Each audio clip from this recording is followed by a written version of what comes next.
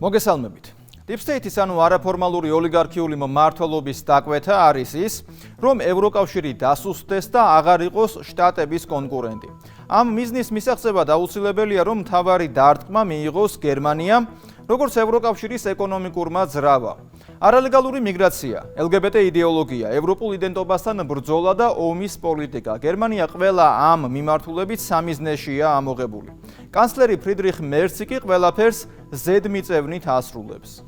მარტში ბუნდესტაგმა დიდი უპირატესობით დაამტკიცა ფინანსური პაკეტი, რომელიც თავდაცვასა და ინფრასტრუქტურაში მრავალმილიარდიანი ინვესტიციების განხორციელებას ითვალისწინებდა. გერმანელმა დეპუტატებმა ვალის მუხრუჭის რეფორმა დაამტკიცეს. ცნობისთვის ვალის მუხრუჭად მოიხსენიება ჩანაწერი გერმანიის კონსტიტუციაში, რაც არის ხარჯვის მკაცრი წესი, რომლის მიხედვითაც ფედერალურ მთავრობას მთლიანი შიდა პროდუქტის 0.35%-ზე მეტი სახელმწიფო ვალის აღება ეკრძალება. შესაბამისად, გადაწყდა, რომ ვალის მუხრუჭი მოეშვას თავდაცვის ხარჯებთან მიმართებით. ფრიდრიხ მერცი სიამაყით აცხადებს, რომ უკრაინას გერმანიამ ომის დაწყების შემდეგ 76 მილიარდი евро გადასცა. 40 მილიარდი სამხედრო და 36 მილიარდი სამოქალაქო დახმარების სახით. 2026 წელს უკრაინისთვის გერმანელები 11 მილიარდი ევროს გადაცემას აპირებენ. და ეს ყველაფერი იმ ფონზე, რომ უკრაინის ხელისუფლება კორუფციაში არის გახვეული. კორუფციული საქმის ფიგურანტები ქვეყნიდან გაქცეულები არიან და სრულად არავინ იცის თუ სად და როგორ იხარჯება ვადაგასული პრეზიდენტ ზელენსკისთვის დაფინანსების გადაცემა. ასეთ დროს კანცლერი მერცი ითხოვს არა გამოძიებას, არამედ მეტ ფულს აძლევს უკრაინას. Deep State-ის ანუ არაფორმალური ოლიგარქიული მმართველობის დიქტატის ქვეშ მყოფი დასავლური მედიაც ხმას არ იღებს და არავინ ინტერესდება თუ რატომ ხდება ასე. ასე ხდება იმიტომ, რომ მერცი ასრულებს დაკვეთას, დაკვეთა კი გერმანიის დასუსტებაა. 15 დეკემბერს ცნობილი გახდა, რომ გერმანული ავტომწარმოებელი კომპანია Volkswagen-ი შეწყვეტს დრეზდენში მდებარე თავის ქარხანაში მანქანების წარმოებას. ეს ავტომწარმოებლის 88 წლიან ისტორიაში პირველი შემთხვევაა, როდესაც გერმანიაში წყვეტს წარმოებას. გერმანიაში Volkswagen-ის ქარხნების დახურვაზე საუბარი გასული წლის ოქტომბრიდან მიმდინარეობს. გასული წლის ნოემბერში უკვე ცნობილი გახდა, რომ შეიძლებოდა 3 ქარხანა დახურულიყო. დღეს კი უკვე ვხედავთ, რომ ერთი ქარხანა უკვე დაიხურა. Volkswagen-ი 1927 წლიდან იყო გერმანული ხარისხისა და წარმოების ერთ-ერთი სიმბოლო. გერმანია ყოველთვის იყო ევროკავშირის ეკონომიკური ძრავა. Volkswagen-ის ქარხნებსა და წარმოებაში მუშაობა 10 წლეულების განმავლობაში პრივილეგიად ითვლებოდა. მაგალითისთვის ხელშეკრულების პირობების მოყვანაც კმარა. 1994 წლიდან მოქმედებდა პირობა კომპანიის მხრიდან, რომ 2029 წლამდე თანამშრომლებს არ გაათავისუფლებდნენ. ბუნებრივია, ასეთ პირობას არ შეიტანდა კომპანია ხელშეკრულებაში, საკუთარ თავში ძლიერი რწმენა და ხარისხიანი წარმოების იმედი რომ არ ქონოდა.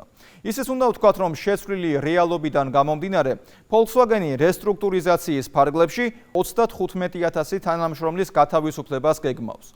ამ მოცემულობას დავუმატოთ ის, რომ გერმანია არალეგალური მიგრაციის შედეგად ერთ-ერთია, რომელიც ყველაზე მეტად ზარალდება. LGBT იდეოლოგია გერმანიაში უმაღლეს დონეზე არის აყვანილი და საქმე უკვე იქამდე კი მივიდა, რომ შარშან ბუნდესტაგმა მიიღო კანონი თვით გამორკვევის შესახებ, რომლის მიხედვით ქვეყანაში გენდერის ანუ სოციალური სქესის შეცვლის პროცედურა გამარტივდა.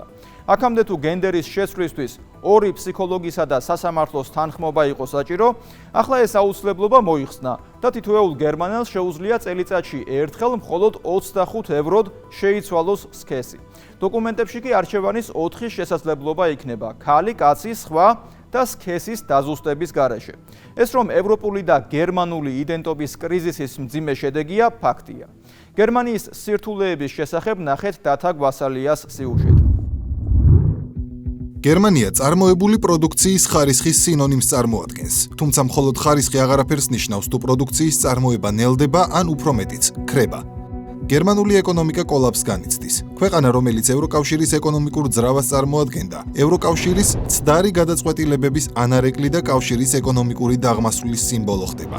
ისე ჩანს, რომ ჯერ კიდევ ანგელა მერკელის მიერ დაწყებული გერმანული სასწაულის ნგრევა ოლაფ შოლცმა დააჩქარა. მოქმედი კანცლერი ფრიდრიხ მერცი კი საბოლოო წერტილს უსვამს. განსაკუთრებით მისი უკრაინის ომის მხარდამჭერი პოლიტიკის წყალობით, რომელსაც ეწირება გერმანული ეკონომიკა და რეპუტაცია.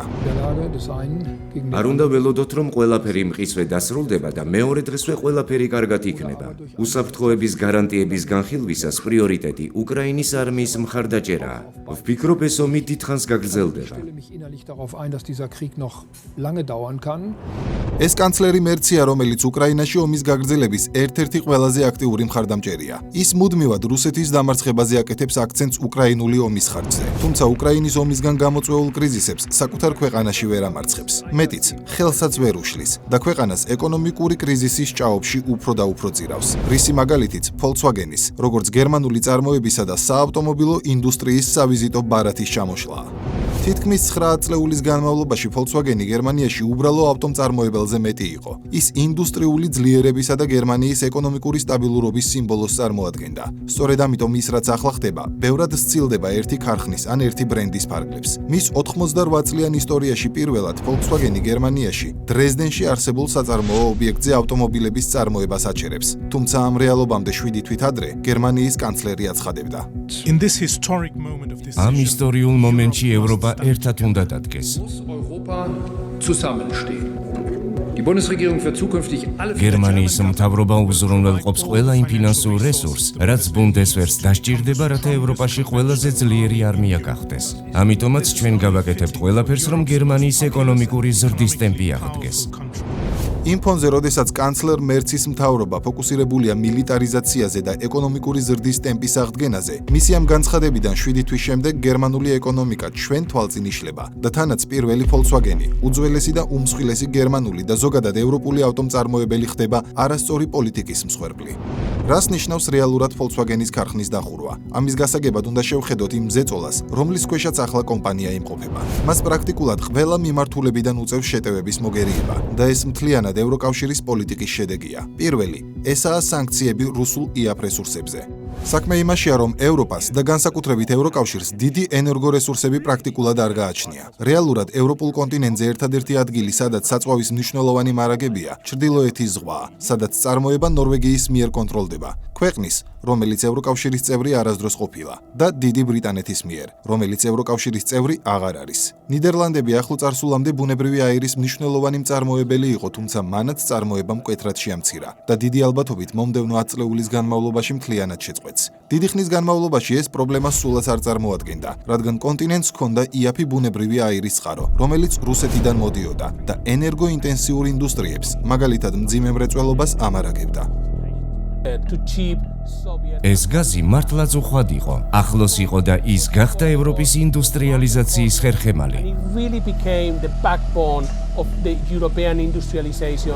თუმცა ბოლო პერიოდში ევრობიუროკრატიის არაპრაგმატული გადაწყვეტილებების გამო ამ მხრივ სერიოზული გართულებები შეიქმნა. მდგომარეობას კიდევ უფრო ამძიმებს ის ფაქტი, რომ გერმანიამ, ევროპის დე-ფაქტო სამრეწველო ჰაბმა, მიიღო გადაწყვეტილება ბირთვული ელექტროსადგურების ეტაპობრივი გამორთვის შესახებ, რის შედეგადაც რეგიონს ერთგვარი სტაბილური საბაზისო ენერგომომარაგება წაერთვა, ზუსტად იმ დროს, როდესაც ის ყველაზე მეტად სჭირდებოდა. ამიტომაცაა, რომ ენერგოინტენსიურ ინდუსტრიებში ევროპა პირველად თავის ისტორიაში კონკურენციას აგებს, რისი თვალსაჩინო მაგალითიც სწორედ Volkswagen-ია. მეორე ფაქტორი კი, რაც ევროპული ინდუსტრიის კოლაფს იწვევს, ჩინეთში შემცირებული მოთხოვნაა, რომელიც ადრე გერმანიის მოგების მთავარი ძრავა იყო. ის მნიშვნელოვნად შესუსტდა მას შემდეგ, რაც ევროკავშირმა გაამკაცრა თავისი აგრესიული ანტიჩინური პოლიტიკა და დაიწყო რიტორიკა ჩინეთთან ეკონომიკური კავშირების გაწყვეტაზე. და ყველაზე მნიშვნელოვანი ფაქტორი აქ ისაა, რომ ევროპელი ლიდერები ამას თავადვე აცნობიერებდნენ. უკრაინაში ომის დაწყებიდან მალევე მაშინდელმა ევროკომისარმა ჟოზეფ ბორელმა ხომ პირდაპირ თქვა: ჩვენი კეთილდღეობა დაფუძნებული იყო რუსულ იაფ ენერგომატარებლებზე, იაფ და ხელმისაწვდომ გაზზე, რისი უსაფრთხოებაც და სტაბილურობაც დამტკიცებული იყო დროის განმავლობაში და ასევე ჩინეთის დიდ ბაზარზე წვდომით. ჩინეთში ექსპორტი და ჩინეთიდან იმპორტი, ტექნოლოგიების ტრანსფერი, ინვესტიციები და იაფი ჩინური საქონელი ევროკავშირში. ჩინელმა მშრომელებმა დაბალი ხელფასებით უფრო მეტი გააკეთეს ინფლაციის შესაკავებლად, ვიდრე ყველა ცენტრალურმა ბანკმა ერთად აღებულმა, ასე რომ ჩვენი კეთილდღეობა დაფუძნებული იყო ჩინეთზე და რუსეთზე, ენერგომატარებლებზე და ბაზარზე. მაგრამ Deep State-ის მიერ მართულმა ევრობიუროკრატიის ნაბიჯებმა ევროპული ეკონომიკის ორივე მნიშვნელოვანი ფაქტორი დააზიანა და შედეგმაც არ დააყოვნა. ახლა ხდება ის, რომ ავტომობილებზე ჩინეთთან ერთად ევროპული მოთხოვნაც შემცირდა, რადგან მომხმარებლები მაღალი ფასებისა და ეკონომიკური გაურკვევლობის გამო ყოყმანობენ, რასაც ტვირთად ამერიკის შეერთებული შტატების მიერ დაწესებული მაღალი ტარიფებიც დაემატა, განსაკუთრებით ელექტრომობილების სეგმენტში. გაძვირებული ენერგორესურსებისა და ტექნოლოგიების ნაკლებობის ფონზე ევროპული ელექტრომობილები ჩინურზე ძვირი აღმოჩნდა. ევროპელი მომხმარებლები კი უპირატესობას ჩინურ, უფრო ხელმისაწვდომ ვარიანტებს ანიჭებენ, რაც ევროპულ ავტომწარმოებლებს აზარალებს.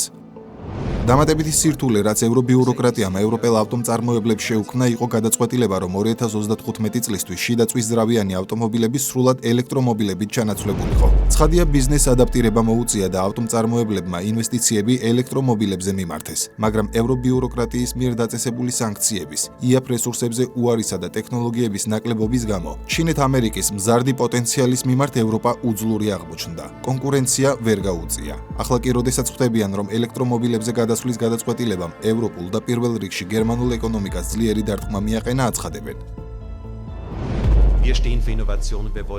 ჩვენ ინოვაციების მომხრე ვართ და გვსურს ინოვაციების ხელშეწყობა და მხარდაჭერა. ეს ასევე ნიშნავს, რომ ნათლად უნდა განვაცხადოთ. ჩვენ, როგორც პოლიტიკოსები, არ გადავცდებით ჩვენს საზღვრებს. სწორედ ამიტომ მიხარია, რომ მომავალ სამშაბათს ევროკომისია წარადგენს მკაფიო წინადადებას წვის ძრავების აკრძალვის გაუქმების შესახებ. ეს იყო სერიოზული სამრეწველო პოლიტიკის შეცდომა.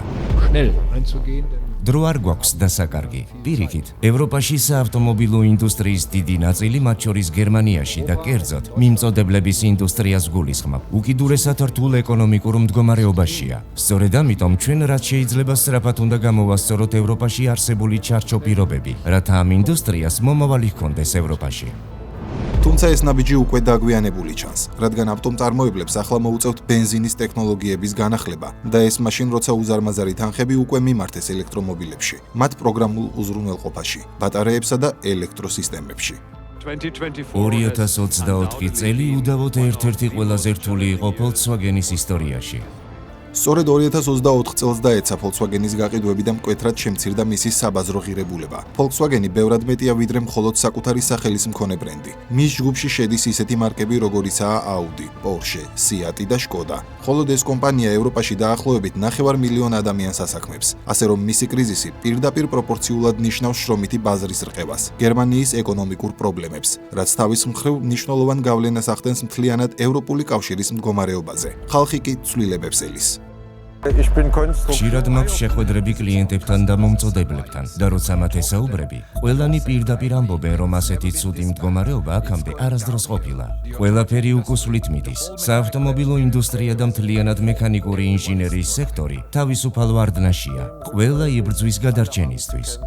პოლიტიკოსების მოსმენა უკვე აუტანელია და რასაც პოლიტიკოს პირდაპირ ვეტყოდი, ეს არის ბიუროკრატიის შემცირების საკითხი. ამაზე სულ ლაპარაკობენ, მუდმივად მოიხსენიებენ აუცილებელ ნაბიჯად და საბოლოოდ არაფერი იცვლება. სინამდვილეში კი იცვლება, თუმცა ევროპისთვის უარესობისკენ. ამა წლის ივლისში ევროკავშირმა ხელი მოაწერა იმგვარ სავაჭრო შეთანხმებას შტატებთან, რომელიც კიდევ უფრო ანგრევს ევროპულ ეკონომიკას. კავშირი დათანხმდა ცალმხრივ 15%-იან ტარიფზე. აიღო ვალდებულება, რომ შტატებში 600 მილიარდი დოლარის ინვესტიციას ჩადებს და დამატებით 750 მილიარდი დოლარის ღირებულების ენერგორესურსებს შეიძენს, რაც ცალსახად მნიშვნელოვან დარტყმას აყენებს პირველ რიგში ევროპულ ინდუსტრიას. გაზრდილი ხარჯებისა და შემცირებული მოგების ფონზე ევროპულ კომპანიებს წარმოება შტატებში გადააქვთ. Mercedes-ი, რომელიც ერთ-ერთი პირველი იყო, ვინც წარმოება შტატებში გადაიტანა, მხოლოდ 2023 წელს დამატებით 1,900 მილიონი დოლარის ინვესტიცია გადაამისამართა შტატებში. ასევე მაშინ, როდესაც Volkswagen-ი გერმანიაში ქარხნებს ხურავს, შტატებში 2023 წელს დამატებით 2 მილიარდი დოლარის ინვესტიციას დებს. კიდევ ერთი გერმანული ბრენდის BMW-ს მსოფლიოში ყველაზე დიდი ქარხანა სინამდვილეში შტატებში მდებარეობს. თავად კომპანიისთვის ეს შესანიშნავი შესაძლებლობაა. მათ შეძლეს შეენარჩუნებინათ პრესტიჟული გერმანული ბრენდის იმიჯი, მაშინაც კი როცა მანქანები სამხრეთ კაროლინაში იწარმოება. თუმცა ეს არაფერს ნიშნავს იმ გერმანელი მუშისთვის, რომელიც თავად შეიძლებოდა ამ ავტომობილების აწყობით ყოფილიყო დაკავებული და ხელფასი მიეღო. ასე რომ შემცირებული მყიდველობითი უნარის, ძვირი ენერგიისა და უკიდურესად მკაცრი რეგულაციების პირობებში ბიზნესისთვის სულ უფრო რთულია იპოვოს დამაჯერებელი მიზეზი, თუ რატომ უნდა აწარმოოს პროდუქცია ევროპაში. გერმანიის ეკონომიკა ინვესტორებისთვის მიმზიდველი აღარ არის ენერგორესურსების ძალიან მაღალი ფასების გამო, რის გამოც ინვესტორები სხვაგან ინვესტირებას ამჯობინებენ. როდესაც ბიზნესისთვის გაურკვევლობა ჩნდება, ისინი ჩერდებიან. ისინი აღარ ახორციელებენ ინვესტიციებს, აღარ ყიდულობენ ახალ რესურსებს, აღარ ადგენენ გაფართოების გეგმებს და აღარ ასაქმებენ ახალ თანამშრომლებს. ეს ყველაფერი არის ეკონომიკური აქტივობა, რომელიც უბრალოდ აღარ ხდება. მეტიც, ზოგიერთ შემთხვევაში კომპანიები იწყებენ შემცირებებსაც, რაც საბოლოოდ ეკონომიკას კიდევ უფრო მეტად აყენებს შეკუმშვის გზაზე. ზუსტად ეს მოხდა აქ და დავამატებ იმასაც, რომ წლევანდელ წელს დიდ ზრდას ისედაც არავინ ელოდა გერმანიის ეკონომიკაში არსებული მუდმივი პრობლემების გამო. ამ პრობლემის ნაწილი სტრუქტურულია, ნაწილი კი იმ გლობალურ პროცესებს უკავშირდება, რასაც დღეს მსოფლიოში ვხედავთ. და ამ მასშტაბური სირთულეების ფონზე გერმანიის კანცლერი და ზოგადად ბრიუსელის მმართველი ელიტა ნაცვლად პრობლემების გამოსწორების, არამედ ამ პრობლემების უფრო და უფრო გაღრმავების გზაზე დგანან, როდესაც ომის გაგრძელებას ლობირებენ, ნაცვლად მისი შეწყვეტისა, რომელიც უკრაინის განადგურებასთან ერთად ევროპის სამომავლო პერსპექტივებსაც ანადგურებს, რაც შტატების უსაფრთხოების სტრატეგიაშიც ჩაიწერა. თუ ამჟამინდელი ტენდენციები გაგრძელდება, კონტინენტი ამოუცნობი იქნება 20 წელიწადში ან უფრო ნაკლებ დროში. შესაბამისად, არაა აშკარა, ექნება თუ არა ზოგიერთ ევროპულ ქვეყანას საკმარისად ძლიერი ეკონომიკა და სამხედრო ძალა, რათა დარჩეს საიმედო მოკავშირედ. ასე რომ, Volkswagen-ის ირგვლივ განვითარებული მოვლენები ბევრად უფრო მეტია, ვიდრე ერთი ქარხნის დახურვა. ის ჯაჭვური პროცესის ნაწილია, რომელსაც Deep State-ის მიერ მართული ევრობიუროკრატიის მხრიდან ევროპული კეთილდღეობის განადგურება ჰქვია. და თუ კი Volkswagen-ი გერმანიის ეკონომიკისა და ინდუსტრიის გული მზად არის შეაჩეროს წარმოება საკუთარ ქვეყანაში, შეამციროს სამუშაო ადგილები და ინვესტიციები შტატებისკენ მიმართოს, ჩნდება უფრო დიდი კითხვა. ვინ იქნება შემდეგი? რამდენად არის გერმანული ინდუსტრია მზად ასეთი მასშტაბური ცვლილებებისთვის და რამდენად მძიმე შედეგები ექნება მას ევროკავშირის მომავალზე? დღეს გერმანიას მართავს კანცლერი, რომელიც Deep State-ის დავალებების შესრულებასთან ერთად კრიტიკისგან გაღიზიანებული ადამიანის შტაბ-ეჭდილებას ტოვებს. დეკემბერში ცნობილი გახდა, რომ გერმანიის კანცლერმა ფრიდრიხ მერცმა ათასობით კერძო სისხლის სამართლის სარჩელი შეიტანა მის მიმართ ონლაინ გავრცელებული შეურაცხყოფის გამო. საუბარია 5000-მდე სარჩელზე და აღსანიშნავია, რომ მერცმა არ დაიზარა და 5000-ივე სარჩელს თავად მოაწერა ხელი. ფრიდრიხ მერცი არის Deep State-ის მარიონეტის სახე, რომელიც ყველაფერს გააკეთებს, ოღონდ დავალება შეასრულოს. მე იოანე შაიშმელაშვილი ვარ, კვირაში 4 ჯერ, 21 საათსა და 15 წუთზე. უყურეთ ევროკრატიას.